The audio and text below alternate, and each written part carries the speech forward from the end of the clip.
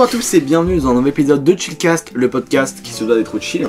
Et aujourd'hui nous sommes dans le 5e épisode de cette saison 2 pour faire un podcast donc sur l'humour. Pour ce faire, j'ai décidé d'inviter deux invités que vous avez déjà connus dans la saison 1. Donc premièrement Gabriel, donc bonjour Gabriel. Bien le bonjour. Et Nassim, donc bonjour Nassim. Bonjour. Alors ces deux personnes, donc Gabriel et Nassim, ont tous les deux participé à la saison 1 avec un épisode donc pour Gabriel sur la musique, qui était le 6e épisode si je ne me trompe pas, je sais plus trop, mais je crois que le 8e peut-être, je sais plus. Mais et Nassim sur le sport, qui était l'un des premiers d'ailleurs épisodes de la saison 1, avec le 3e épisode sur le sport. Exactement. Et donc voilà. Alors je vais d'abord vous présenter les thèmes du podcast. Premièrement, on va parler donc des anciens épisodes donc, que vous avez pu élaborer lors de l'ancien podcast. Et donc voilà. Ensuite, dans un second thème, nous parlerons des limites de l'humour. Peut-on rire de tout, par exemple de l'humour noir, etc. Dans un troisième temps, nous parlerons de l'humour en fonction du pays. Car en effet, il y a des choses qui font rire en France, qui ne font pas forcément rire aux États-Unis ou dans d'autres pays. Donc voilà. Et dans un dernier temps, nous parlerons des réseaux sociaux avec les mèmes, les edits politiques, les bad buzz, etc.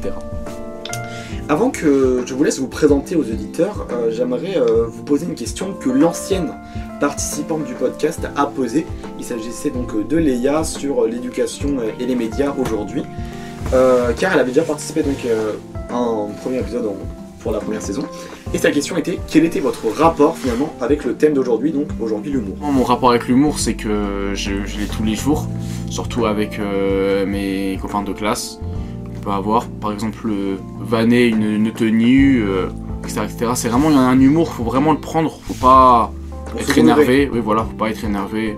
C'est mon type d'humour, voilà. D'accord, merci Nassim. Et toi Gabriel, c'est quoi ton rapport donc avec l'humour? Moi je rigole, je fais rire et je rigole pour un peu tout et rien. D'accord. Sans me poser de questions. D'accord.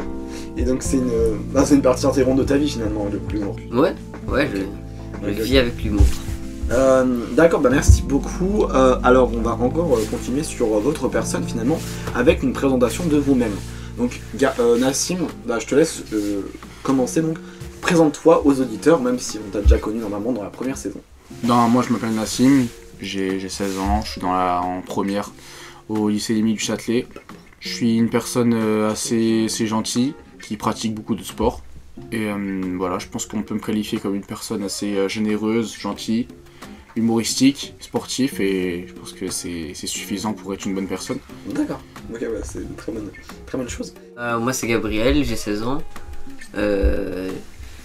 Je suis plutôt quelqu'un qui vit avec le sourire, avec bonne humeur, et ce que j'essaie de partager aux gens autour de moi. D'accord. Ok, bah c'est plutôt bien. Non mais je sais que ça peut être très compliqué, je tiens à le dire aux auditeurs, c'est très compliqué de se présenter, de prendre un peu du recul sur soi-même, se regarder à la troisième personne, c'est assez compliqué. Donc c'est pour ça que c'est sympathique de voir un peu comment vous nous percevez finalement l'un et l'autre. Déjà aussi pour un peu mettre du contexte, parce que votre rapport entre vous deux finalement. Là, moi je suis arrivé au 77 en 3ème. Je suis arrivé dans sa classe très tôt, il y avait toi aussi, il y avait Gabriel. Gabriel je l'ai connu en 3ème, après on a poursuivi depuis 2 ans, on se connaît, je pense qu'on a un rapport assez d'amitié. Et non, je pense qu'on se connaît depuis longtemps, donc on peut vraiment avoir un humour assez large. Donc voilà, c'est pour ça que Gabriel, je connais vraiment depuis longtemps, donc c'est un bon pote quoi. D'accord. Et Gabriel, la même chose j'imagine? Ouais, c'est ça, avec le fait qu'on ait un petit temps, que ça fait quelques années qu'on se connaît. On a des blagues aussi sur des trucs qu'on rigole bien à nous, donc ça fait un petit truc. D'accord, bah, c'est bien d'avoir des humours un peu différents en fonction des personnes. Donc voilà. Nous allons commencer donc avec le premier thème sur les anciens épisodes des deux invités, donc vous deux. Je laisse commencer Gabriel cette fois-ci donc sur son premier épisode. Donc toi tu étais le 6e ou 8e, je ne me souviens plus du numéro. Mais en tout cas tu avais fait un épisode donc sur la musique. Comment tu l'avais trouvé? Comment tu te sentais finalement?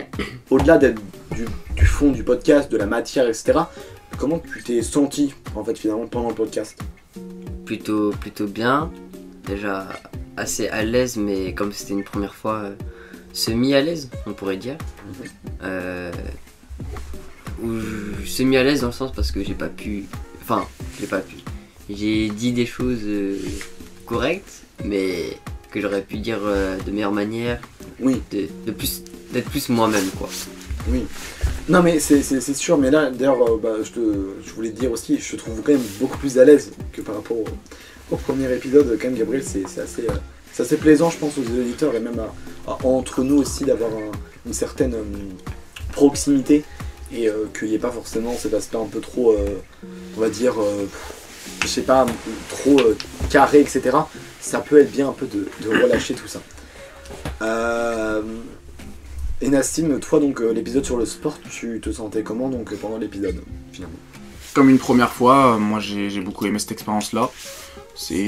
Pour moi c'était plus un entraînement de l'oral. Je me suis bien exprimé, on a parlé de sport, on a parlé des Jeux Olympiques. Oui, c'est vrai. Voilà, donc même des sports automobiles. Oui. Franchement, on avait un sujet assez large et moi j'ai bien aimé. Franchement, cette expérience-là, elle est à refaire, comme aujourd'hui, Oui. sur un autre thème. Et j'espère qu'aujourd'hui ça va bien se passer parce que comme il y a un invité, on est trois, c'est pas comme Oui. deux. Voilà, on va voir aujourd'hui si ça va être bien ou pas.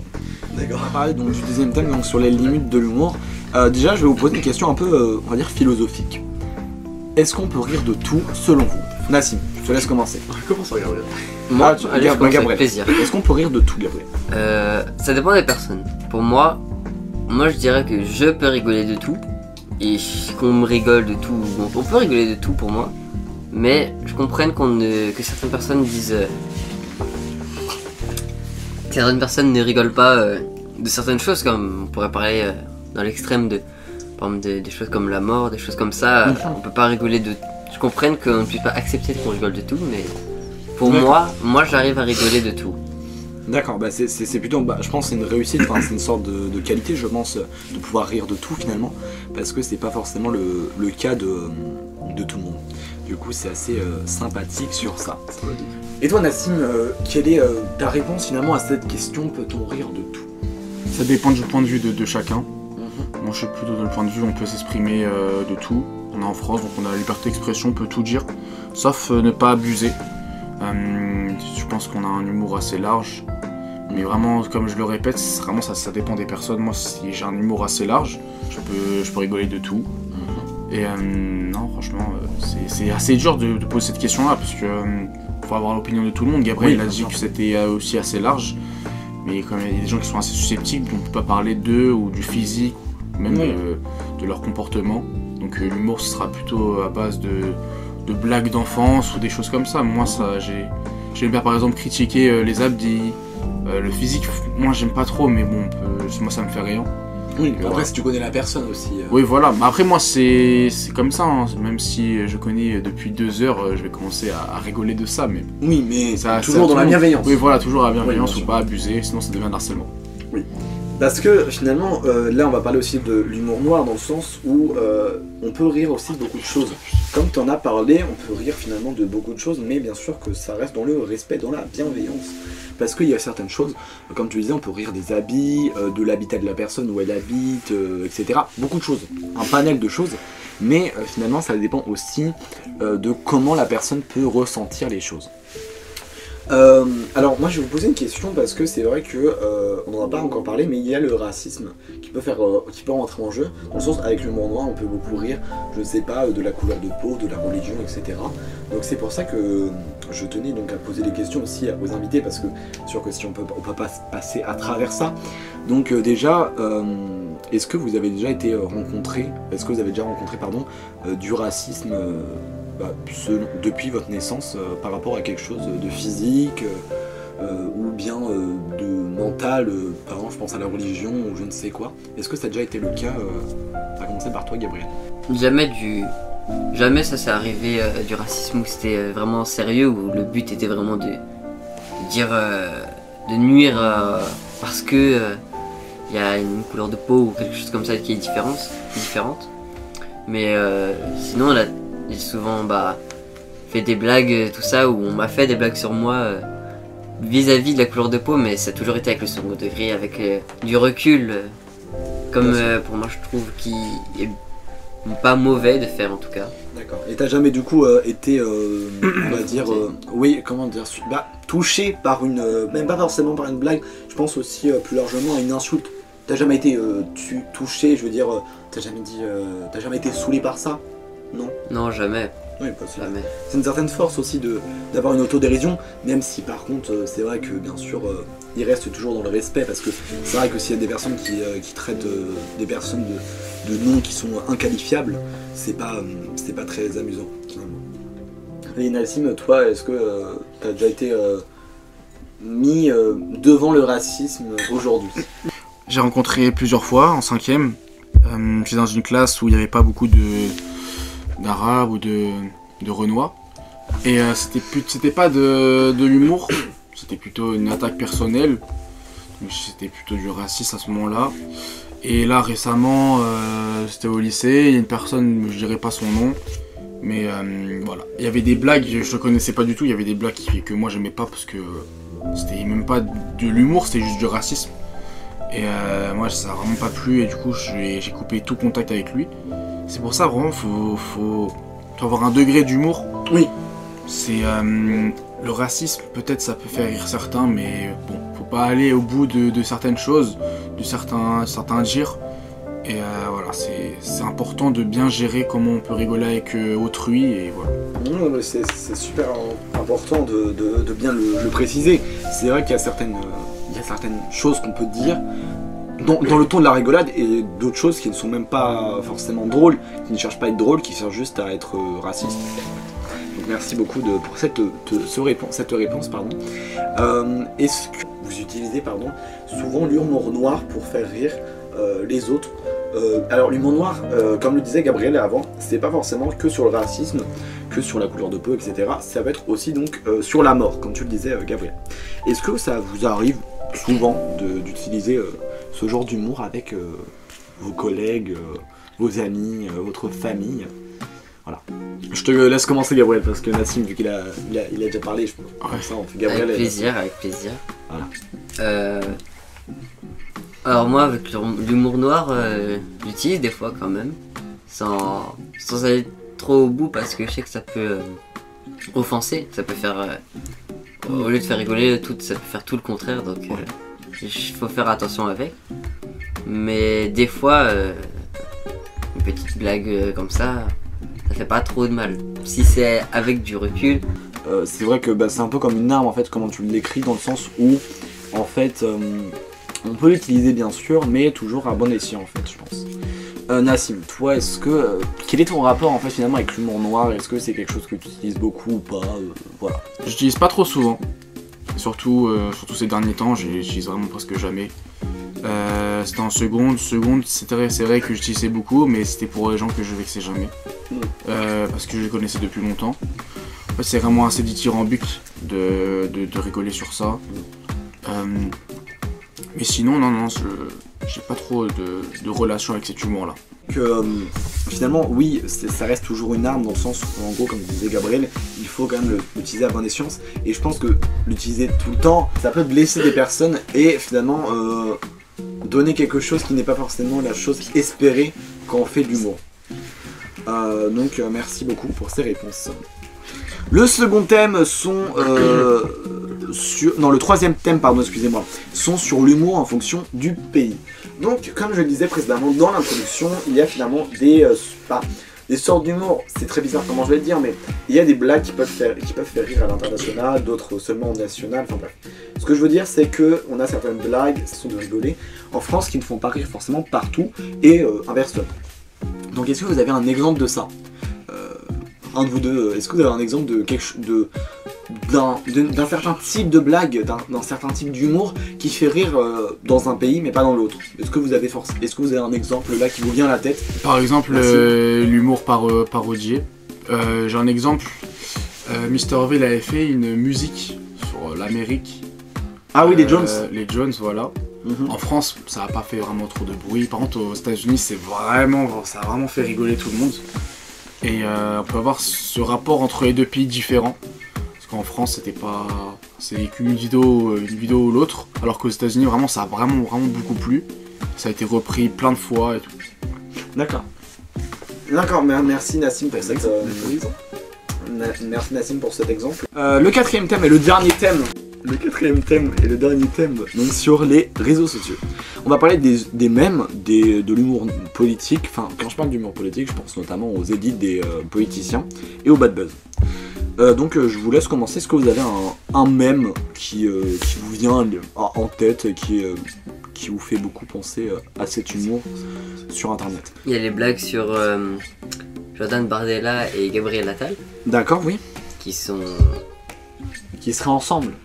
Oui, des blagues. Bah, c'est vraiment des blagues pour le coup parce que bon, Oui, non mais je suis d'accord avec toi. Après, c'est vrai qu'il y a c'est beaucoup... tourné à l'absurde. C'est ça, parce que les personnes qui se posent la question, parce que Gabriel Attal est homosexuel, mais pas Jordan Bardella. Oui, donc il y a ça. Après, je pense notamment aux edits. Toi, Nassim, t'as un... Moi j'avais un exemple, c'était par exemple sur les discours d'Emmanuel Macron. Oui, On peut reprendre certaines phrases qu'il peut dire et ça peut tourner sur les réseaux sociaux. Oui. On peut avoir un autre contexte, notamment sur TikTok où on peut vraiment avoir ces mèmes-là. On peut prendre aussi exemple sur durant le Covid où Macron il avait annoncé nous sommes en guerre. oui aussi l'arrêt des établissements scolaires. Oui. Et du coup on peut le reprendre même aujourd'hui en faisant quelques mèmes. D'accord. Ouais, bah, c'est un très bon exemple. Après, est-ce que vous avez par exemple des exemples de bad buzz sur internet avec des blagues qui ont tourné au bad buzz à cause d'une blague précise? D'une blague politique. Pas forcément politique. Oui, une blague d'internet. Oui, une blague internet quoi. Est-ce que vous connaissez par exemple un humoriste qui a fait une blague qui est mal perçue vous connaissez je ne sais On pourra toujours prendre l'exemple de Dieudonné, Oui. qui a fait des blagues assez déplacées envers les juifs, D'accord. ce qui lui a condamné à une carrière qui était assez prometteuse, mais comme il y a eu cet accident-là, ça lui a valu une carrière assez désagréable et même une retraite, parce que ça vraiment tout le public était contre lui, donc ça servait plus à rien de faire des spectacles. D'accord. Merci pour cette réponse. Toi, Gabriel, est-ce que tu as un exemple de quelque chose qui te fait assez rire sur internet? Est-ce qu'il y a quelque chose qui te vient à l'esprit peut-être sur internet au niveau humour? C'est pas forcément politique, hein, parce que je sais qu'on a parlé beaucoup de politique là, mais... Bah, il y a vraiment les mêmes, je dirais pas de base, mais les mêmes bien connus comme TK par exemple. Avec Oui, bah oui. Pas les blagues mauvaises dans le sens où je trouve c'est mauvais de rigoler sur ça comme Oui. c'est quelque chose qui lui fait mal, donc toutes les blagues sur lui et son ex, ça c'est pas ça que je parle. Mais les blagues par exemple les mêmes simples avec le burger où il profite du burger, oui. ça c'est des choses comme ça qui sont bien. Oui, c'est vrai qu'on a pas mal de mèmes donc de TK78 donc sur ça. Et toi, Ruben? Donc c'est vrai que ça peut être sympathique. Tu en as? Moi, je dirais que j'en ai pas forcément de préféré. Après, moi, je vous avoue, vu que je m'intéresse beaucoup à la politique, j'aime beaucoup quand les politiciens sont assez tournés un peu au ridicule. Ça me fait un peu rire. Toujours dans le respect, bien évidemment. Mais j'aime bien, par exemple, Valérie Pécresse. Je sais pas si vous voyez qui c'est. Oui, je l'ai vu à Céris. Oui, présidente de la région Île-de-France, que j'ai la chance de rencontrer donc demain en conférence à Paris. Donc je suis assez content de ça. Et en fait, elle avait fait un discours pour les présidentielles en disant debout. Et en fait, elle avait dit debout, mais d'une façon très théâtrale. Et du coup, ça avait été perçu un peu comme quelque chose d'humoristique. On a parlé aussi vous m'avez manqué. Et même aussi le fait quand elle a été endettée de 5 millions d'euros, elle a dit je suis endettée personnellement de 5 millions d'euros, et du coup ça détournait un peu, par exemple, je sais pas, ça mettait POV quand ton pote te doit un sushi ou je sais pas, des trucs comme ça. Moi je trouve ça me fait beaucoup rire parce que ça dédramatise en fait les politiciens qui sont toujours obligés d'avoir une posture très carrée, toujours être bien sapé, etc. Tout ça. Franchement, je pense que ça peut être assez bien. Je pense notamment à Sébastien Delogu, qui est un député de la France Insoumise, du NFP du coup, qui finalement est beaucoup plus loin que ça. Moi, je supporte pas forcément ces idées politiques, mais en fait, ce que j'aime bien sur ce genre de personnes, c'est qu'après, ils sont pas trop dans la politique à vouloir être une personne qu'ils ne sont pas, et ils sont eux-mêmes. Et je pense qu'on pourra jamais lui enlever ça. Donc voilà. Okay. Merci beaucoup pour ce dernier thème. Alors avant que le podcast finisse, j'aimerais d'ailleurs vous demander votre objet. Donc cette fois-ci c'est un peu différent, il n'y a pas d'objet à proprement parler. On va dire pas physique. Donc expliquez-nous un peu votre démarche, Gabriel, je te laisse commencer. Moi, un objet que j'ai en tête, c'est quelque chose d'assez fin, assez long, avec au bout une sorte d'étoile un peu colorée, qui je trouve est un objet que quand tu l'as, tu souris. Tu souris. Une baguette magique? Oui, mais c'est pas une baguette magique. C'est une baguette, mais avec laquelle tu souris, t'es content. D'accord. Tu passes un bon moment quand tu la vois. Merci Gabriel. Et toi Nassim, c'est quoi ton objet? Justement, je te retourne la question. Et toi, Ruben? Non mais toi d'abord ton objet. Ouais d'abord. Tu veux que. Ouais j'avoue. Ton objet d'abord. Nassim. Mon objet, ce sera une enveloppe. À l'intérieur, il y aura une sorte de feuille où il sera écrit tout le monde a un humour différent. Et en fait, c'est plutôt un message, c'est pas un objet. C'est assez une morale aussi que je peux dire, parce que faut pas se vexer quand une personne vous rigole sur vous, même s'il faut vraiment avoir une limite des fois. Donc voilà, mon objet ce sera plutôt un message. Oui, c'est bien. Merci Nassim pour cette réponse. Voilà, donc je pense qu'on a fini sur ce thème-là. Après, moi au niveau d'objet, moi j'allais dire, donc j'ai un livre qui s'appelle Résister de Salomé Saké. Et en fait, par rapport à l'humour, je dirais juste que en fait, ça représente un peu l'humour comme toi tu l'as dit. C'est que Résister, je suis en train de le lire, je vais pas me mentir, j'aime pas bien. J'aime pas ce livre. Pourquoi j'aime pas ce livre? Parce que c'est pas forcément une politicienne que j'aime beaucoup. Et aussi parce que j'aime pas la façon dont c'est écrit. Mais c'est à proprement parler, moi j'aime pas. Mais c'est pas grave. C'est pas pour ça que c'est mal écrit. Moi j'aime pas comment c'est écrit parce que c'est un essai. Mais j'aime pas les essais à la base. Donc voilà. Mais ce que je veux dire, c'est juste que la différence d'avis politique qui est dedans, c'est exactement comme la différence d'humour. Chacun a son type d'humour. Comme chacun ses opinions politiques. Donc ce livre, il montre un peu que l'humour, c'est chacun a son propre humour, c'est propre à chacun. Voilà. Donc c'est pour ça. Le livre en soi n'est pas drôle. Je n'ai pas ri en lisant ce livre. On peut lire des livres qui font rire, comme Gargantua ou bien d'autres livres. Mais ce livre n'est pas à proprement parler là pour faire rire. C'est pour ça que je le mets, et je mets avec des gros guillemets, que c'est un objet humoristique, car c'est plutôt le message derrière qui est drôle. C'est un peu comme Nassim, parce que bien sûr ton objet d'avoir un bout de papier ce n'est pas drôle, mais c'est le fait le message qui fait rire, Nassim. Ouais. D'accord. Exactement. Merci beaucoup Nassim pour cette... Merci Nassim et Gabriel pour ces objets finalement qui sont assez bien, parce que j'avoue j'apprécie aussi un peu d'avoir un objet qui n'est pas forcément matériel, qui n'est pas physique, comme ça apporte un peu de nouveauté, d'originalité à l'épisode, qui est d'ailleurs le premier épisode à 3 personnes. Exactement. Car finalement celui avec Léa c'était 3 personnes aussi, mais il y avait Shadé, sauf que Shadé étant cofondatrice de Jcast, c'est différent. Donc voilà, merci beaucoup Nassim et Gabriel. Pas de soucis. Mais avant qu'on finisse aussi, il faut que vous posiez une question au prochain invité du podcast. Alors bien sûr, je n'ai pas forcément j'ai pas de vision sur la prochaine personne. Comment c'est possible de s'exercer pour ne plus avoir par exemple de notes ou pour bien s'exprimer à l'oral? Avant que je finisse d'ailleurs, j'aimerais vous parler donc, chers auditeurs, des Chillcast Awards. Les Chillcast Awards donc seront la cérémonie qui vont récompenser les meilleurs podcasts de cette saison 2. Et seulement de cette saison 2. Car en effet, comme vous le savez, la saison 1 a été finie du coup depuis un certain temps. Et les Chillcast Awards donc, vont récompenser le 4 juillet 2025 à 19h30 les meilleurs podcasts de la saison 2. 50 points seront attribués au nombre de vues, 40 points seront attribués au nombre de votes du public et 10 points avec l'appréciation personnelle de moi-même et de Shadé. Sachant que Shadé va aussi participer en tant qu'invité, mais ça sera un peu différent, vous le saurez. Donc voilà, je tenais du coup à vous dire pour vous deux, car vous êtes dans le même épisode pour cette saison 2, Nassim sera tout seul pour cette compétition, et pareil pour Gabriel, c'est-à-dire que vous allez concourir différemment. C'est-à-dire que vous aurez le même nombre de points au niveau des vues, logiquement, mais pas au niveau des notes du public, pardon. Parce que le public va voter pour vous, mais chacun pour vous.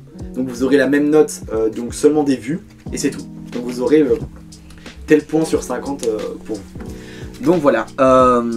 Et donc oui, toutes les personnes qui sont à la saison 2 participeront à cette cérémonie. Et donc il y aura 3 trophées remis.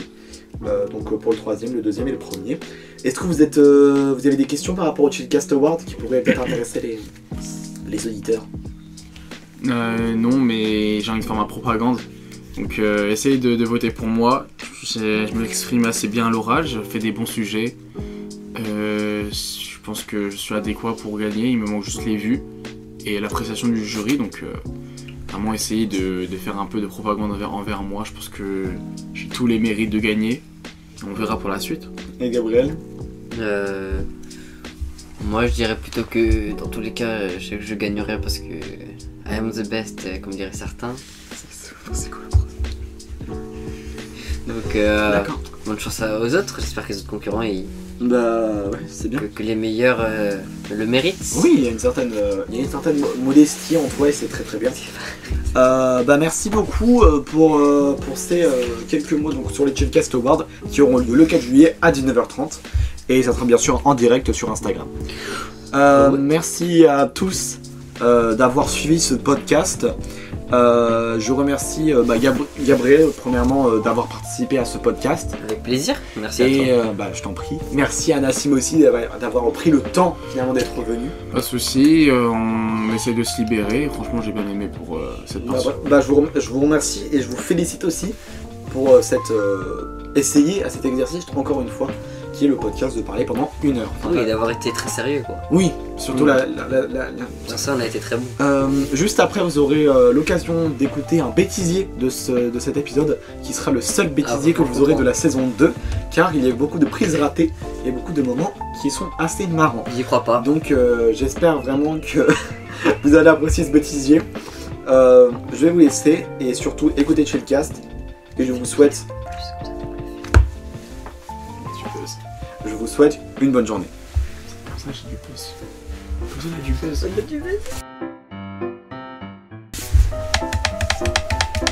C'est le dernier podcast. Il va plus nous inviter. C'est foutu. C'était le... Ah bah là vous avez pas les 10 points de Chillcast Award là. Gabriel, je te laisse d'abord répondre. Moi, pour commencer, je vis avec humour. Donc dans tous les cas, je suis un homme d'humour. Flop, hein. J'ai pas révisé. Oh le gros flop. On l'a refait. Attends, redis la question parce que j'ai... Gabriel, C'est quoi ton rapport avec l'humour? Ouais. je rigole toute ma vie. Bah gros, improvise, moi c'est ce que je vais faire. il y aura des examens. Je sais mais... C'est pas noté, t'inquiète pas. Au pire je commence. Oui, ok, on va faire ça. Vas-y. T'inquiète, je vais un peu... Je rigole assez souvent, j'ai un peu un humour pour qualifier d'harceleur parce que c'est vraiment un humour où... Attends. J'ai trop le temps, j'ai une voix aiguë. Merci, vas-y. Zemmour. Vas-y, me parle. Ah mais il faut couper là. T'inquiète pas, je vais couper au montage. Ah ok. Vas-y, va retourner comme ça.